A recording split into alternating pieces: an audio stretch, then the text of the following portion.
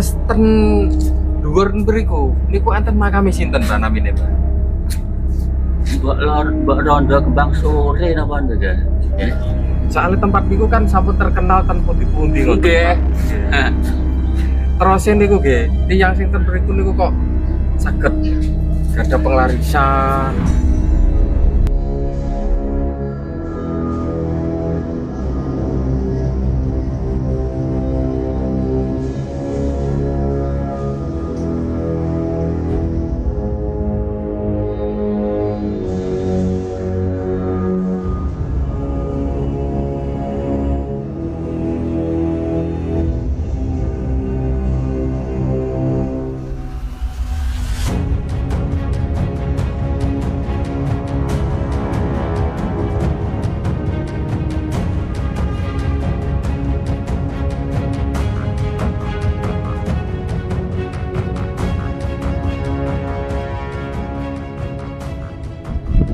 Jadi kita sebelum masuk ke makam Nyi Roro Kembang Sore, kita melewati makam Tionghoa ini ya. Jadi ini dinamakan Gunung Bolo yang ada di Tulungagung, Jawa Timur, Indonesia ya. Jadi tempat ini dinamakan Gunung Bolo. Ini kita coba masuk ke makam Tionghoa ya, dan makam Nyi Roro Kembang Sore ada di atas sana.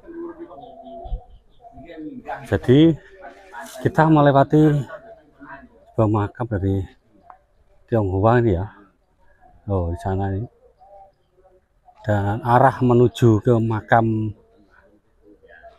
Nyi Roro Kembang Sore itu kita harus belok kiri dan naik ke atas sana.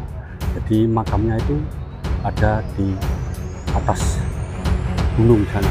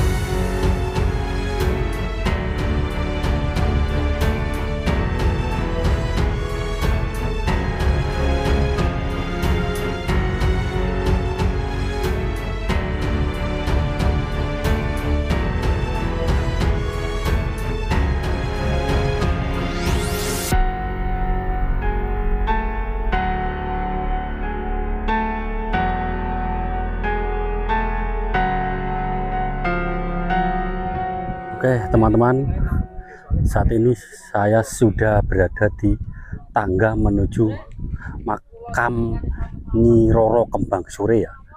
Itu makamnya ada di atas sana ya. Jadi kita berada di ketinggian, dan di samping makam ini sudah terlihat desa-desa yang sangat indah di sini ya.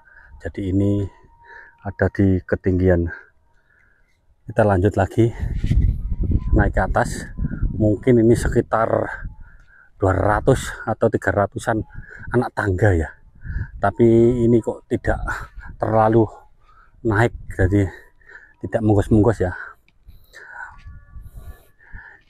Ini sudah hampir sampai ya.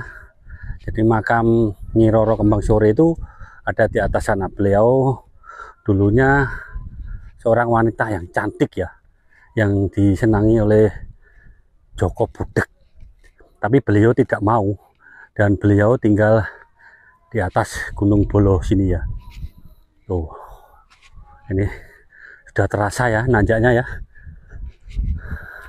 Jadi tinggi sekali ini. Saya hampir menggos-menggos ya. Wah, anginnya sudah masuk ini. Anginnya sudah terasa. Ya. Dan kita noleh belakang. Tadi kita berada di bawah sana ya. Loh, suasananya di sini seperti yang kita lihat sangat sejuk, panas tapi sejuk. Nah, ini kita sudah berada di gapura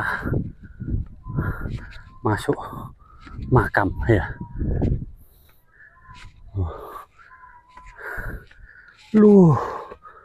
Agak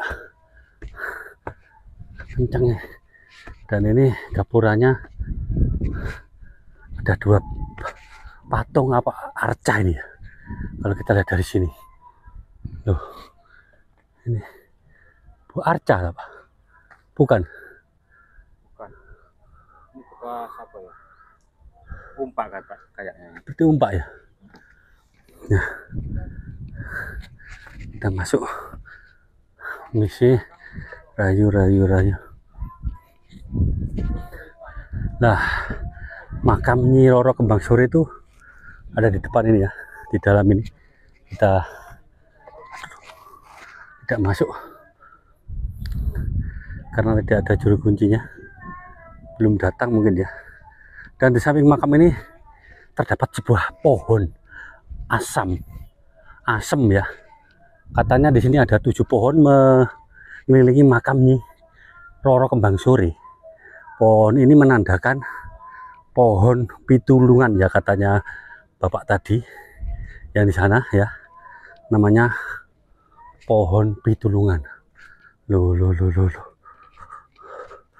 Nah, seperti ini ya. Loh, seperti ini yang kita lihat. Oh, di sini ada bekas ritual Mas ya. Ini yang dinamakan batu belah itu ya. Ya, batunya terbelah, dan di sini ada bekas kembang atau bekas ritual di sini. Di sini ada dupa ya, dupa dan bekas minyak ini ya. Loh, ini yang dinamakan batu belah. Jadi batunya itu melecer ini ya, buka. Nah, seperti ini. Jadi batunya itu melecer atau pecah ya, seperti yang kita lihat. Apakah ini bekas orang ritual mencari rezeki, entah tujuannya itu untuk apa, saya juga tidak tahu ya, karena tempatnya ada di atas sini ya. Loh ya, sini ada pohon yang bau besar ini. Nah, dan sini makam dari Nyi Roro Kembang Sore ya, makamnya ada di dalam. Karena tidak ada juru kuncinya, jadi kita tidak bisa masuk. Kita hanya mereview dari atas samping ya. Jadi pohon ini yang dinamakan pohon pitulungan ya. Ada 7 pohon pitu gitu ya, artinya pitulungan. Nah, seperti yang kita lihat ini ya.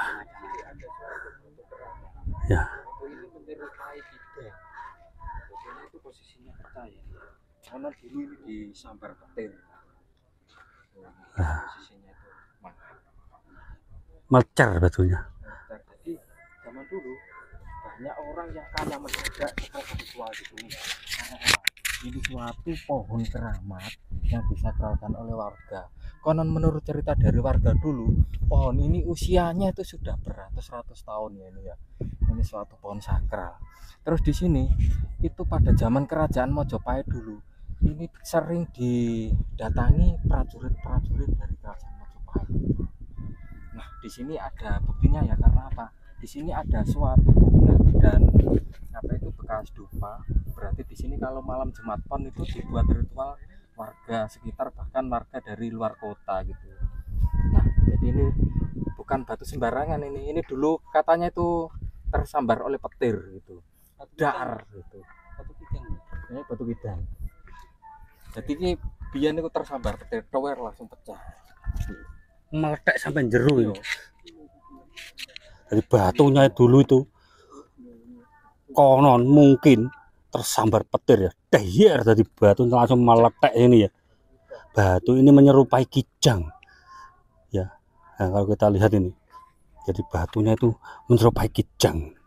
Loh, kalau kita dari sini ya seperti ini ya penampakannya. Lah, ya Allah, batunya. Jadi batu ini sangat sakral sekali ya. Nah, kita lihat dari sini. Kita keliling lagi. Di sini ada yang aneh nih ya kelihatannya. Apa itu, Mas? Ular ini. Hah? Ular ini. Seperti ular ini. Ya. Ya, ularnya kecepet ini. Betul. Jadi ada ular, mungkin ularnya bertapa ya, sampai menjadi kayu ini ya. Dan tercepit oleh akar pohon kalau kita lihat. Ya, melengkung ini. Akar yang menyerupai Tuh, ya, akarnya melengkung. ini ekornya teman-teman. Ya. Jadi kita ada di atas gunung ini ya. Kalau kita lihat ke sana, loh, itu suasana desa terlihat semua di sini ya. Desa-desanya itu terlihat dari sini. Nah, seperti yang kita lihat ini sangat adem. Terus ini niku nggih, tiyang sing ten mriku niku kok saged gadah penglarisan, sugih ngoten, Lah Mbak. ngoten niku Pak penadiane. Ngoten nggih. Nggih. Tapi niku terwujud temenan apa mboten niku? Nggih juga kula nggih dereng anu ngoten niku kanton tiyange ngoten niku sing rigung-rigung ngoten niku kok kabul ngoten. Oh, terkabul ngoten Nggih. nggih. Terus jenengan wau niku wonten sing nedhi dados tentara gitu dados ngoten nggih. Nggih, iku enten di anu. Leres keturutan temenan nggih. Nggih. Berarti niku mungkin nggih masa-masa kerajaan Majapahit nggih. Nggih insyaallah. Oh, niki ten desa napa, Pak? Desane iki. Nggih. Niki Bolo niki. Desa Bolo, Kecamatan Kecamatan Kauman, Kauman, Kabupaten Tulungagung. nggih Tulungagung. Oh, nggih nggih. Matur suwun, Pak nggih. Nggih nggih. Oke. Semoga video ini bisa bermanfaat ya. Sampai jumpa di video berikutnya. Assalamualaikum.